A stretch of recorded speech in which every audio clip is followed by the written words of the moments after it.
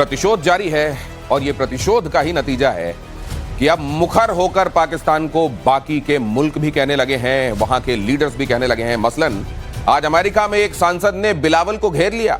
बिलावल बताने तो ये गया हुआ है पाकिस्तान कि हम देखिए इंडिया के सताए हुए हैं, लेकिन बोला गया उससे सुनो सताए हुए तुम असल में आतंकवादियों के हो, आतंकवादियों को खत्म करो। तुमने जैश ए मोहम्मद को खत्म किया क्या? अभी तक उसके सरगना को खत्म किया नहीं किया, ये कर डालो। और भी बहुत कुछ आज प्रतिशोध में, लेकिन पहले ये खबर देखिए। राफेल पर झूठा प्रोपेगेंडा बेनकाब। फ्रांस ने खोली पाकिस्तान और चीन की पोल। राफेल को लेकर दोनों देश चला रहे हैं फर्जी अभियान। राफेल की कार्यक्षमता को लेकर झूठा नैरेटिव बनाया जा रहा है। राफेल के खिलाफ सुनियोजित फर्जी प्रचार किया जा रहा है। चीनी प्लेन के प्रचार के लिए राफेल को लेकर झूठ फैलाया जा रहा है। चीन अपना माल बेच सके इसके लिए राफेल को नीचा दिखाने में लगे हुए हैं पाकिस्तान और चीन। ये कहना है फ्रांस के दसवां एविएशन का। और इसके मायने क्या हैं ये एक्सपर्ट्स आपको बताएंगे। हमेशा की तरह हमारे साथ है मार्शल पी के श्रीवास्तव यहाँ स्टूडियो में। हमारे साथ मेजर गौरव आर्या भी इस चर्चा में जुड़ रहे हैं और हमारे साथ कर्नल शैलेंद्र भी जुड़ रहे हैं इस चर्चा में। मार्शल श्रीवास्तव, हाँ, ये लगातार कहा जा रहा है पाकिस्तान की तरफ से कि हमने राफेल गिरा दिया, राफेल गिरा दिया, राफेल गिरा दिया। उन्होंने एक माला सी ले ली है इसकी। ये बात और है कि वो कहीं से भी इस बात को प्रमाणित नहीं कर पा रहे हैं। और इधर अब ये कहा जा रहा है कि ये चीन और पाकिस्तान का सुनियोजित प्रोपेगेंडा है। दिनेश, ये मैं एक चीज बताना चाहूंगा कि जब से कहा जा रहा है राफेल गिरा दिया, राफेल गिरा दिया, 5 गिराए, 6 गिराए, 8 गिराए, कुछ भी चल रहा है, लेकिन आपने जो इतनी बड़ी चीज गिरेगी तो कहीं तो कुछ मिलेगा, कहीं कुछ मलबा होगा, कहीं कोई डेब्री होगा, कहीं कोई जान मान की हानि होगी, कुछ नहीं। तो ये जो झूठ फैलाया था, आपने ठीक कहा, ये नैरेटिव वॉर था जिसको वो चाहते थे कि हम जीत रहे हैं और कुछ शक्तियां हमारे देश में भी हैं जो उसको शायद आगे हवा दे रही थी, लेकिन उस पर नहीं आएंगे। राफेल को कुछ नहीं हुआ है ये बताना चाहेंगे। और दूसरी चीज ये है कि राफेल के मुकाबले जो चाइनीज J-17 ब्लॉक 3 की बात हो रही थी, चाइनीज J-10C की बात हो रही थी, PL-15 जो उनका BVR मिसाइल है उसकी बात हो रही थी, वो तो आपने खेतों में देखा। तो सवाल यह है कि राफेल को गिराना इतना आसान नहीं है, एक बात तय हो गई है। और दूसरा यह है कि जो चाइनीज हथियार हैं, चाहे वो HQ-9 हो जो कि S-300 का एक कॉपीड वर्जन है, या उनके ये BVR beyond visual range missiles हों, या उनके अपने एडी सिस्टम्स के मिसाइल्स हों, कुछ भी नहीं चला, कुछ भी नहीं चला। ये एक वॉर ऐसी थी जो अगेंस्ट चाइनीज वेपन सिस्टम था और ये साबित हो गया कि चाइनीज वेपन सिस्टम्स जैसी लोगों को आशंकाएं थी उसी के अनुरूप ही निकला, फेल निकला। और इसके बाद आप तो जानते ही हैं कि एक हमारे फील्ड मार्शल हैं, उनको फील्ड मार्शल भी कहा जाता है, ठीक है। और देश में ही बनेगी राफेल विमानों की बॉडी, असल में फ्यूसलाज। डसॉ एविएशन का टाटा के साथ करार हुआ है। राफेल का फ्यूसलाज बनाने के लिए समझौता हुआ है, हैदराबाद में होगी इसकी मैन्युफैक्चरिंग यूनिट। इसके मायने क्या हैं, इसके मायने क्या हैं और इसका असर आने वाले दिनों में क्या होगा, उसको भी जरा समझने की कोशिश करेंगे। हालांकि ये खबर बड़ी है, देश के अंदर मैन्युफैक्चरिंग, जिस देश को कभी ये कहा जाता रहा कि ये तो सांप सपेरों का देश है, अब देखिए दुनिया वहां कतार लगाकर खड़ी है कि हमारा अमुक काम कर दीजिए, हमारा अमुक काम कर दीजिए। ये है उभरते भारत की ताकत। मेजर गौरव, ये फ्यूसलाज को यहां बनाए जाने के संदर्भ में ये खबर, इसके मायने आपकी निगाह से?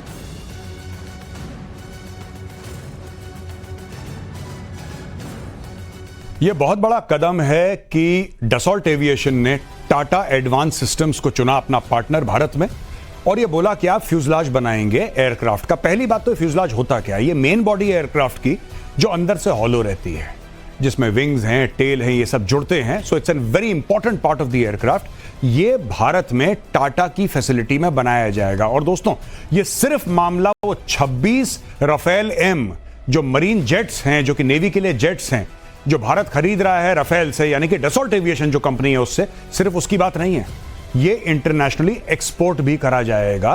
तो एक जो सबसे बड़ा फिजिकल पार्ट होता है किसी एयरक्राफ्ट का, वो टाटा बनाने वाला है। और ये हम उम्मीद रखते हैं कि आगे चल के इससे टाटा और भी पार्ट बनाएगा राफेल के और उसको एक्सपोर्ट करेगा। आगे चल के अगर भारत और राफेल्स खरीदता है तो हम ये उम्मीद कर सकते हैं कि भारत में, जिसको आत्मनिर्भर भारत हम लोग कहते हैं, उसके तहत मैक्सिमम जो मैन्युफैक्चरिंग है राफेल की कल भारत में हो। एक तो ये बात है। दूसरी बड़ी अहम चीज है कि एक इकोसिस्टम भारत में क्रिएट हो रहा है।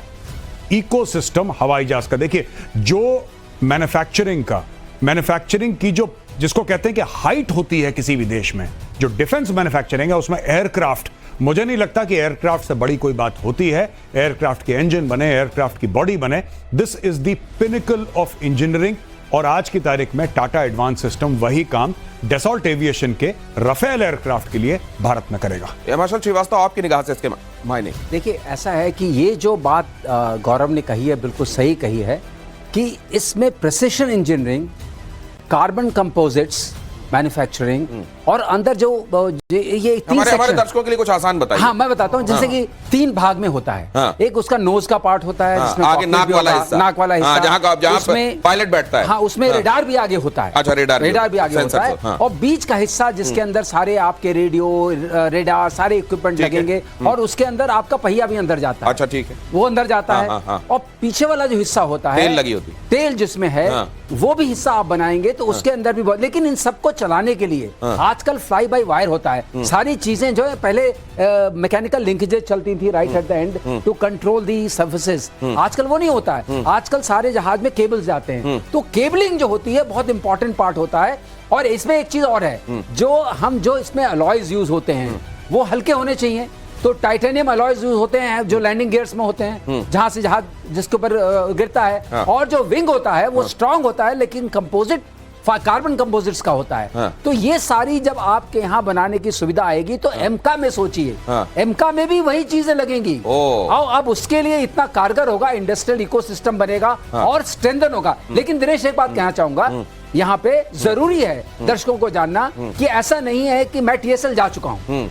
मैं टीएसएल खुद विजिट कर चुका हूं, कई बार विजिट कर चुका हूं। उनके यहाँ ये फ्यूजलाज के सिस्टम्स हेलीकॉप्टर्स के लिए बनते थे, लेकिन फाइटर एयरक्राफ्ट के लिए बनना अपने आप में एक अलग चीज है। ये एक बड़ी बात है। टाटा का नमक, टाटा का लोहा और अब टाटा का फ्यूजलाज भी। D4 एंटी ड्रोन सिस्टम की इंटरनेशनल डिमांड बढ़ी। अगली खबर, D4 ने पाकिस्तानी ड्रोन्स को तबाह किया था, फुलझड़ी की तरह गिरा दिया था इन ड्रोन्स को। टर्की के बैरक्टार TB2 ड्रोन को आपने देखा कैसे मच्छर मक्खियों की तरह मार दिया था। ऑपरेशन सिंदूर में D4 ने दिखाई थी ताकत। ताइवान ने भारत से मांगे D4 सिस्टम। और सिर्फ ताइवान, ये खबर ताइवान के लिए महत्वपूर्ण नहीं है।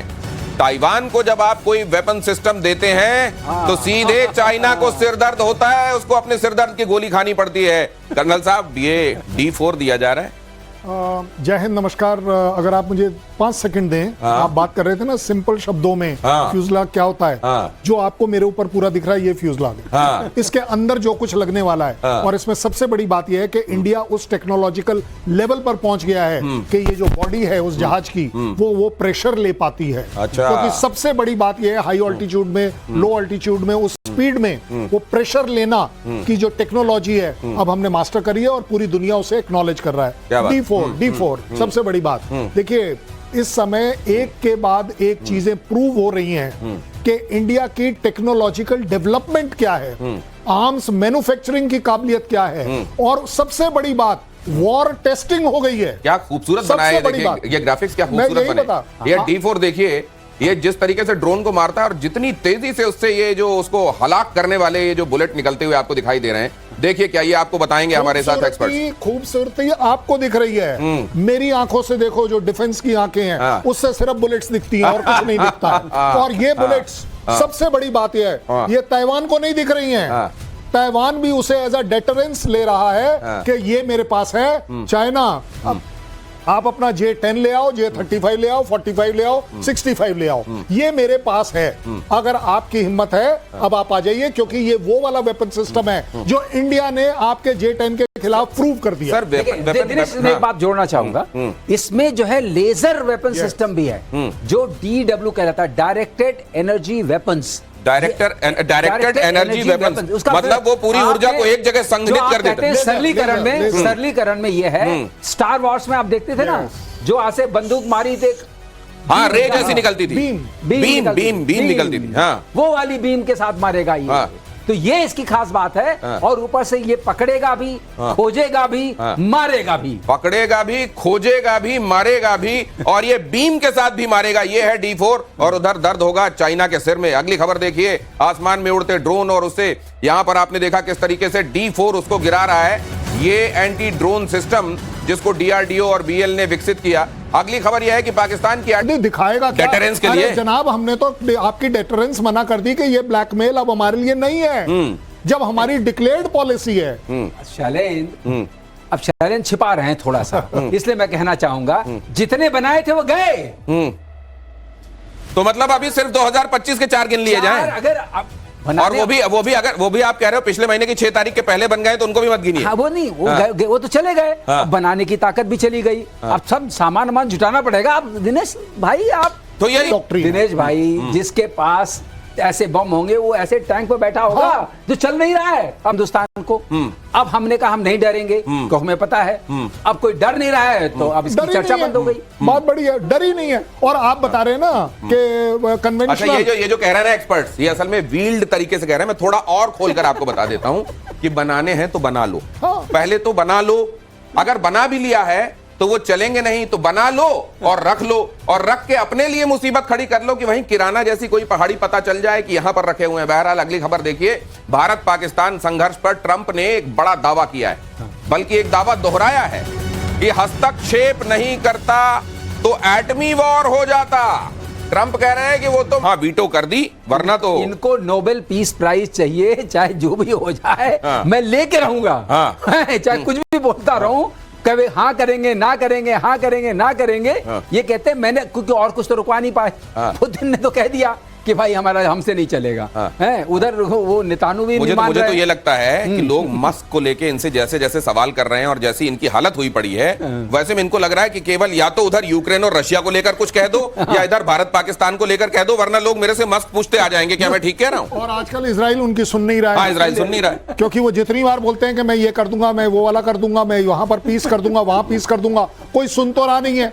अब वो एक्चुअली हुआ क्या है कि इंडिया ने जो ये बोला है ना पाकिस्तान को कि चलिए जी रोक दिया थोड़े दिन के लिए, अब ये इसको एक्सप्लॉइट इसलिए कर रहे हैं क्योंकि इन्हें ये भी मालूम है कि इंडिया ने सिर्फ अभी तक ये कहा है कि हम इसे रोक रहे हैं, बंद नहीं कर रहे। ये वो वाली बात है कि आपने वो जैसे कोई आशिक होता है ना, अपनी माशूक के लिए कहता है आज मैंने तेरे लिए सूरज उगाया है, आज मैंने सूरज उगा दिया तेरे लिए। सूरज उग ही रहा था 6:25 पे 5:53 पे, तो उन्होंने कहा कि आज मैंने सूरज। इसी तरीके से ये है कि वहां जहां देखा कि अच्छा हमने सीज फायर करा दिया, ट्रेड का वीटो करा दिया, और देखो वरना बहुत बड़ा खतरा हो जाता। अगली खबर देखिए, यूक्रेन की सेना का बहुत बड़ा दावा, सुखोई 35 को मार गिराया। यूक्रेन कह रहा है सुबह कुर्स्क क्षेत्र में रूस के फाइटर जेट को गिरा दिया।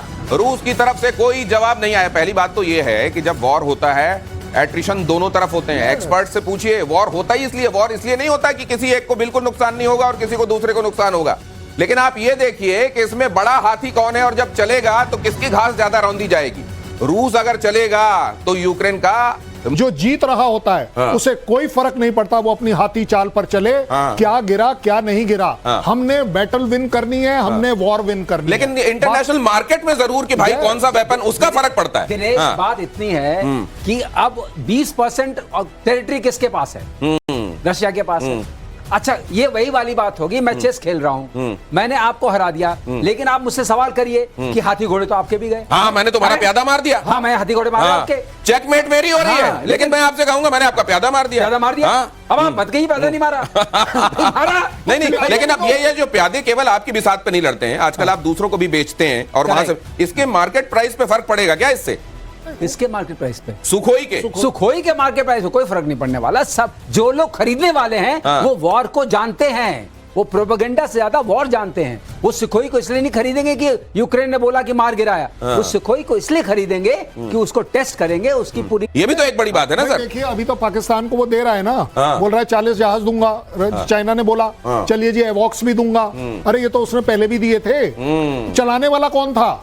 चला क्यों नहीं पाया? एयर डिफेंस सिस्टम अब आप बदल कर दे रहे हो। आपने मिसाइल, लेकिन यहाँ तो ये कहा जाएगा कि चलाने वाला भी रशियन था और फाइटर भी रशियन था। दिनेश, हाँ। अगर आपको स्नाइपर राइफल दे दी गई तो इसका मतलब ये नहीं कि आप स्नाइपर बन गए। हाँ, हाँ। ये बात ध्यान रखिएगा, राइट। जहाज भी स्नाइपर, लेकिन यहाँ तो स्नाइपर, यहाँ तो या तो रशियन जहाज था, रशियन ही चला रहा था। पहली बात, दो संदेह है, क्लेम के ऊपर संदेह है, और दूसरी बात ये मानते हैं जितने भी प्रोफेशनल फाइटर्स हैं, मानते हैं कि अगर आप युद्ध क्षेत्र में गए हैं और एट्रिशन होता है तो it is part of conflict, इसमें क्या बात है। लेकिन देखना ही पड़ता है जो वॉर एम था वो हमने अचीव किया कि नहीं किया। वॉर एम किसने अचीव किया? ये हाथी घोड़ा मार देना या पैदल मार देना, इसको गिनाते रहना, ये हारने वाला करता है, एक्सपर्ट्स कह रहे हैं। और तेज पलटवार की तैयारी में पुतिन है। पुतिन के क्रोध से पश्चिमी देशों में भी लगातार हड़कंप है, ये बयानों से भी स्पष्ट होता है। पश्चिमी देशों में परमाणु अटैक का डर बढ़ गया है। कल टुपोलेव 95 और टुपोलेव 160 से यूक्रेन में तबाही मचाई गई। एटम बॉम्ब ले जाने में सक्षम है ये लड़ाकू विमान। पुतिन ने दी है भीषण तबाही की चेतावनी। हालांकि इसी को मारने का दावा उन्होंने किया अपने ड्रोन से। आपने ये कहा कि ये भी बहुत मुमकिन है कि क्योंकि खुले में रखना था, तो ये संभव है कि डमी रखे हुए हो। दिनेश मेल्स्की ने और ये बहुत बड़ी गलती की है। लेकिन मैंने आपसे कहा पूरे युद्ध में 3 साल में मुझे कभी ऐसी आशंका नहीं हुई कि अब कीव के ऊपर बहुत भयंकर हमले होंगे। वो शुरू हो गए हैं क्योंकि ये इनवाइट किया गया है और ये बॉम्बर्स हैं, इन्होंने खुद ही कहा है हमने 30% डिस्ट्रॉय किया है। नागरिक 70% ठिकानों पर भी हमले हो रहे हैं और उधर से ये कहा जा रहा है कि नागरिक ठिकानों पर असल में यूक्रेन ने अपने वेपन्स छिपा रखे हैं। नहीं, ये तो है, उनके कमांड सेंटर्स, उनके बाकी इंटरमीडिएट सेंटर्स, कम्युनिकेशन सेंटर्स वो हैं उन जगहों पर। ये सबको पता है, उनको भी पता है, हमें भी पता है। तो ये जो कहना, ये तो वॉर में एक फॉग ऑफ वॉर चलता है कि आप क्लेम करते हैं कि आप सिविलियंस को, चिल्ड्रन को, हॉस्पिटल्स को अटैक कर रहे हैं। आप देखिए गाजा में आपने क्या देखा था, हॉस्पिटल के नीचे थे नहीं क्या वो हमास वाले थे नहीं, फाइटर्स थे नीचे, हॉस्पिटल के नीचे थे, मॉस्क के नीचे थे, स्कूल के नीचे थे। सर दूर क्यों जा रहे हो? पाकिस्तान बोल रहा है कि मेरे टेररिस्ट कैंप में बच्चे मार दिए, बच्चे मार दिए। सही बोल रहे हैं भाई। देखिए वो टेररिस्ट कैंप में बच्चे मार दिए। अरे भाई साहब, वो बच्चे वहां कर क्या रहे थे? आपसे ये नहीं सवाल पूछा जाना चाहिए? उससे भी बड़ी 6 अफसर थे भी। इसका मतलब या तो 6 जहाज थे, या 4 जहाज थे, या 2 जहाज थे। अदरवाइज इनका अफसर सामने थोड़ी ना आता है। ज्यादा बड़ी बात यह है जो ये सिविलियन वाला जो कार्ड है ना, ये हर बार हर फौज हर जगह प्ले करती है। हमने फौज हारती हुई फौज, वो तो करेगी, वो तो कोई बड़ी बात है ही नहीं। जहां तक बड़ी बात है कि हमने जिस तरह से प्रूव किया कि ये अमृतसर के तरफ क्या करने आ रहा था आपका ड्रोन, क्या करने, ये देखिए। इसी तरह अगर आप आज ज़ेलेंस्की को देखेंगे ना, ज़ेलेंस्की के पास न्यूक्लियर इससे ऑटोमेटिक एक संदेश जाता था। क्या टीयू के इस समय सामने निकलने के भी वही संदेश हैं? देखिए ऐसा है दिनेश, ऐसा हम कंक्लूजन नहीं ड्रॉ कर सकते। लेकिन हाँ, एक मदर ऑफ मदर बॉम्ब्स होता है, बहुत बड़ा बॉम्ब होता है जो बहुत डैमेज कर सकता है। वो बॉम्ब जरूर उसके बेली में होगा। तो अच्छा, डैमेज बहुत ज्यादा होगा। जब स्ट्रेटेजिक बॉम्बर्स चलते हैं, उनकी capacity to carry the load of bomb is very high. तो अगर वो बॉम्ब जाके पड़ता है तो उससे एक लेवल कम मानिए, कन्वेंशनल है लेकिन डिस्ट्रक्शन बहुत बड़ा है। अगली खबर देखिए, रूस यूक्रेन युद्ध पर ट्रंप का बड़ा बयान। ज़ेलेंस्की ने पुतिन को हमले की वजह दी। पुतिन को यूक्रेन पर बॉम्ब गिराने का समझ रहे हैं, ट्रंप भी समझ रहे हैं। हम ट्रंप को हम बड़ा इंटेलिजेंट मानते हैं कि प्रोवोकेशन किसने दिया। आप अगले दिन पीस वार्ता करने जा रहे हैं, शांति की वार्ता करने जा रहे हैं, और आज जाके आप अटैक कर रहे हैं। देखिए इसको बड़े सीधे शब्दों में ना सर, सरलीकरण जो कहते हैं ना, सरल का भाषा में मैं आपसे बात करने को तैयार हूं। तो क्या सर इसके मायने सीधे सीधे ये निकाले जाएं कि अगर कहीं शांति वार्ता हो जाती, ज़ेलेंस्की की कुर्सी, उसका अस्तित्व खतरे में पड़ जाता, इसलिए इससे पहले शांति वार्ता में कहीं कोई शांति की स्थिति बने, उसने जाके वहां प्रोवोकेशन कर दी। और ये बात ट्रंप भी समझ रहे हैं कि चीजें उस तरफ जा रही थी, इसलिए ट्रंप कह रहे हैं तुमने वजह दी, अब मार खाओ। दिनेश सीधे सीधे समझिए, इसको अपने ऊपर डालकर समझिए, जल्दी समझ आएगा। 6-7 तारीख रात को हमने कुछ किया, हमने बोला काम नहीं खत्म है, आपने बढ़ा ली, हमारे को रीजन दे दिया, हमने आपके और 11 एयरफोर्स बेस समाप्त कर दिए। ये एग्जैक्टली वही हो रहा है कि आप मौका दे रहे हैं, इसमें आप गिल्टी हैं, आप लड़ाई बढ़ा रहे हैं। सर यहाँ तो एक मुल्क की भावनाएं थी ना, वहां तो सिर्फ ज़ेलेंस्की की भावना है कि ये युद्ध चलता रहे। वो तो देखिए, देश तो चाहता होगा ना कि अब ये युद्ध रुके। श्मशान बन गया है पूरा यूक्रेन। दिनेश आप बिल्कुल सही कह रहे हैं। As a president of a nation state, अगर आप बोलेंगे, ये बिल्कुल ज़ेलेंस्की की जिम्मेदारी है कि युद्ध रुके, क्योंकि वो खुद ही कह रहे हैं हमारे 600,000 से ज्यादा सैनिक मारे गए हैं। आप खुद कबूल कर रहे हैं, असल में जो हत्या हो रही है उसके लिए रशिया भी बनाता है, लेकिन उसको जब हम बनाते हैं तो एक अलग बात होती है। ब्रह्मोस एक लिविंग एग्जांपल है। ब्रह्मोस कौन बनाता था? रशिया बनाता था, लेकिन जब से उसने हमारे साथ बनानी शुरू करी, Collaboration बात ही में। कुछ और हो गई।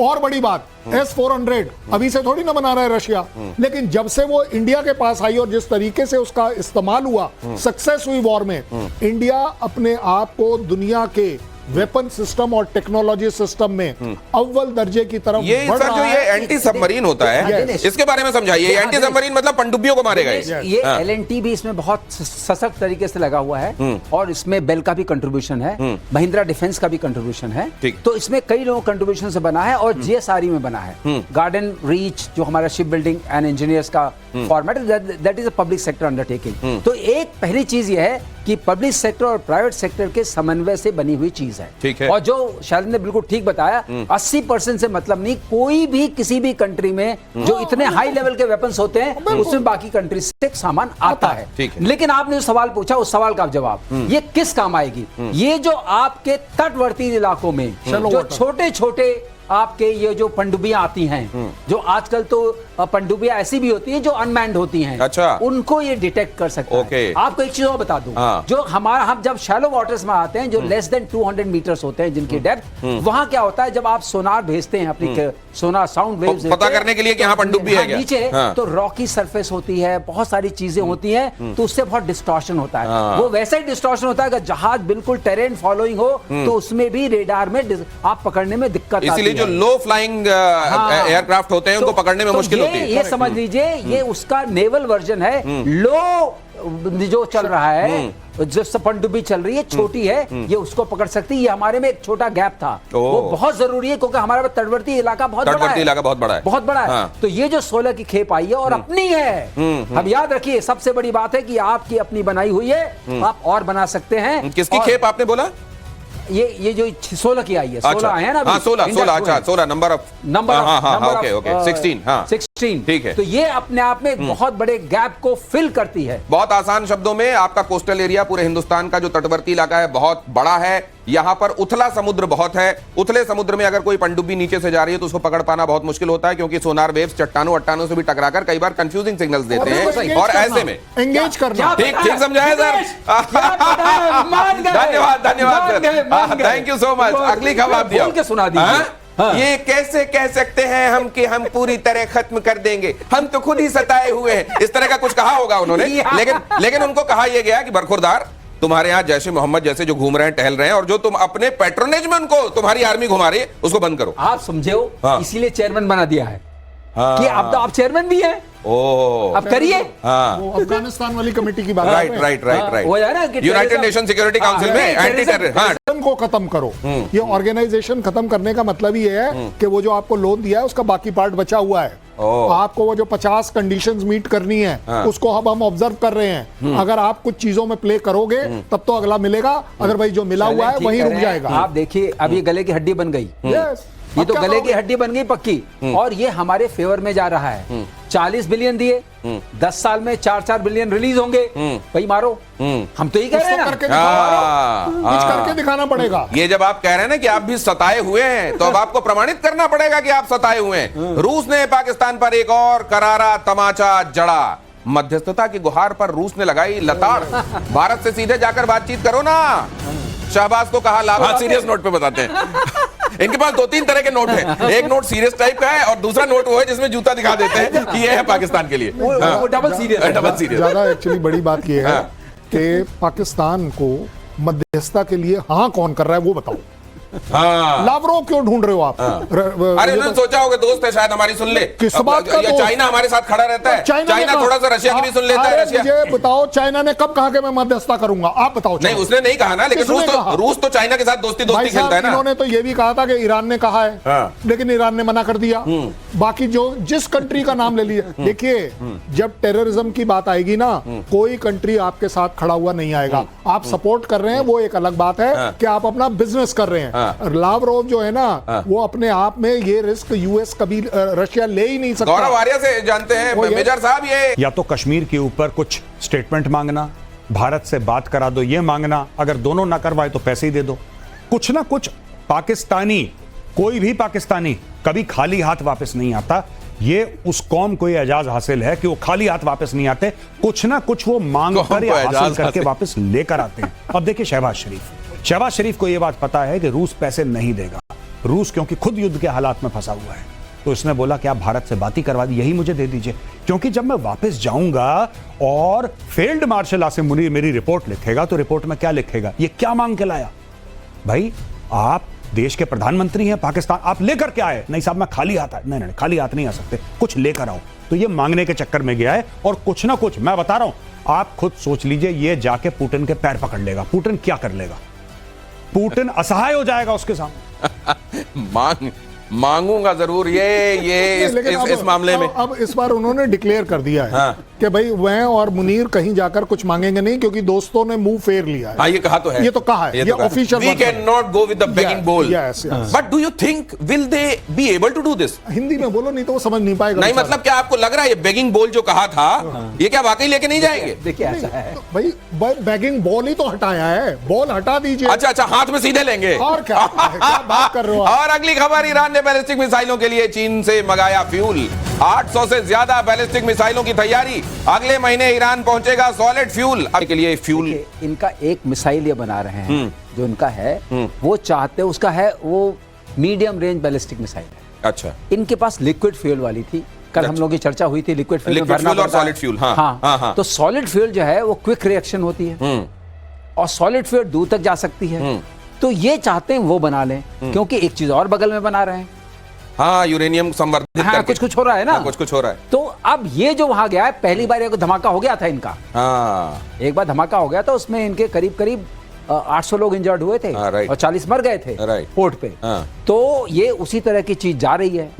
अब वो जा रही है, अब इसके साथ क्या होगा और कौन करेगा? सर, वैसे एक चीज बताइए, चाइना जब इस तरह का माल भेजता होगा तो कितनी हांगकांग के थ्रू भेज रहा है। नहीं, फिर भी कच्चा माल ही भेजे। लेकिन चाइना का माल जिस तरह की मशहूरियत अपने साथ लिए हुए है, कितनी pinch of salt, sack of salt कैसे देखते होंगे इसके वाला उड़ गया था ना। वही तो मैं कह रहा हूँ। वही अब इनके साथ क्या होने वाला है, कितने लोग जाने वाले पता नहीं, लेकिन हाँ इन्होंने मंगाया उसी के लिए है, तो ऑल द बेस्ट। ध्यान से बनाइएगा। ब्रिक्स के मंच से भी पाकिस्तान को लताड़। अगली खबर देखिए, भारत को मिला मुस्लिम देशों का साथ। पहलगाम आतंकी हमले की हुई निंदा, आतंकवाद में बदलने वाली वो पूंछ काट दी जाएगी। लेकिन सर ये क्या आईना है पाकिस्तान के लिए? नहीं, ब्रिक वाला जो बात है ना, ये बड़े सीरियस, अगेन आप बहुत गंभीरता से लीजिए।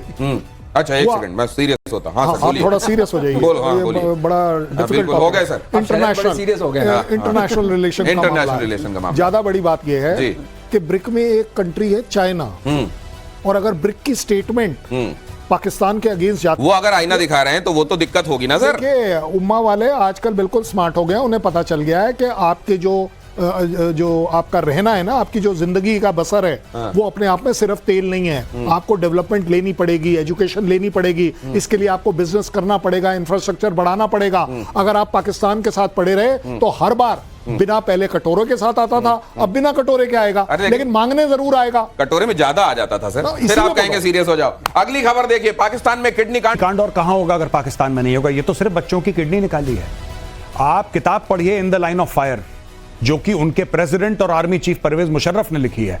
आप पाकिस्तानी मीडिया पढ़िए इंटरनेट पे जाके, तब आपको यह पता लगेगा कि परवेज मुशर्रफ ने 4000 पाकिस्तानी बेच दिए। हम यहां पे किडनी की बात कर रहे हैं, किडनी तो छोटी चीज है, पूरे 4000 पाकिस्तानी। कोई बेचारा कबाब वाला था, कोई दरी बेच रहा था, कोई फल बेच रहा था, कोई दुकान में नौकर था। इनको पकड़ पकड़ के लाए और बोला कि क्या तुम अलकायदा के हो?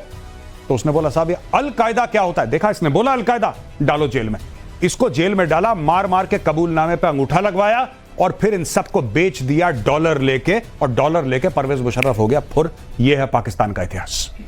और अब देखिए जरा, इस सब के बावजूद आप देखिए, अगर आप इस तरह का काम कर रहे हैं तो आप किसी से फेवर के लिए कहेंगे तो आपको शर्म आएगी कि यार पहले अपना कंडक्ट तो मैं सुधारूं। लेकिन पाकिस्तान क्या है देखिए जरा, पानी के लिए गिड़गिड़ाया पाकिस्तान ने भारत को 4 लेटर लिख मारे अभी तक। पाकिस्तान ने पानी देने की गुहार लगाई, एक चिट्ठी ऑपरेशन सिंदूर के बाद भी भेजी। पाकिस्तान में जल संकट से हालात गंभीर हैं। भारत ने पहलगाम अटैक के बाद 23 अप्रैल को सिंधु जल समझौता रद्द कर दिया था। 4 चिट्ठियां आ चुकी, कहा जा रहा है 2 और पड़ी हैं शहबाज की टेबल पर कि धीरे धीरे वो भेज दें, 15-15 दिन के अंतर पे भेजना है उनको। 2022 से लेकर 2025 तक जब हमने इसको सस्पेंड किया है, इंडिया ने 3 लेटर लिखे हैं, तीनों के तीनों ऑन रिकॉर्ड है, क्योंकि उसकी कॉपी वर्ल्ड बैंक को गई है।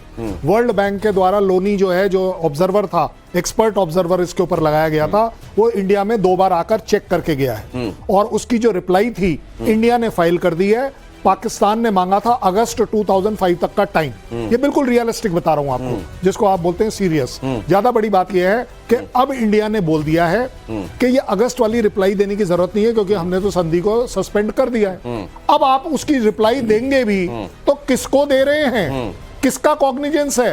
अब आप सिर्फ हमसे रिक्वेस्ट कर सकते हो, भीख मांग सकते हो, प्लीड कर सकते हो, और अगर आपका बिल्ला, वो क्या बिलावल जो भी है, वो बिल्लाव जो आपका है वो अगर कंट्रोल में हो, क्योंकि उसने तो बोला हुआ है इस नदी के अंदर खून बहेगा। ये यहां पर जब आप ये सुन रहे हैं, मैं एक बात आपको बता दूं, ये जो बिल्ला उन्होंने कहा है ना, बिलावल, ये लाइटर नोट में नहीं था, वो वाकई भूल गए थे। ये है बिलावल, तुम्हारी औकात। बहुत धन्यवाद सर, जय हिंद। आज हमारे साथ शो में हिस्सा लेने के लिए। प्रतिशोध जारी रहेगा।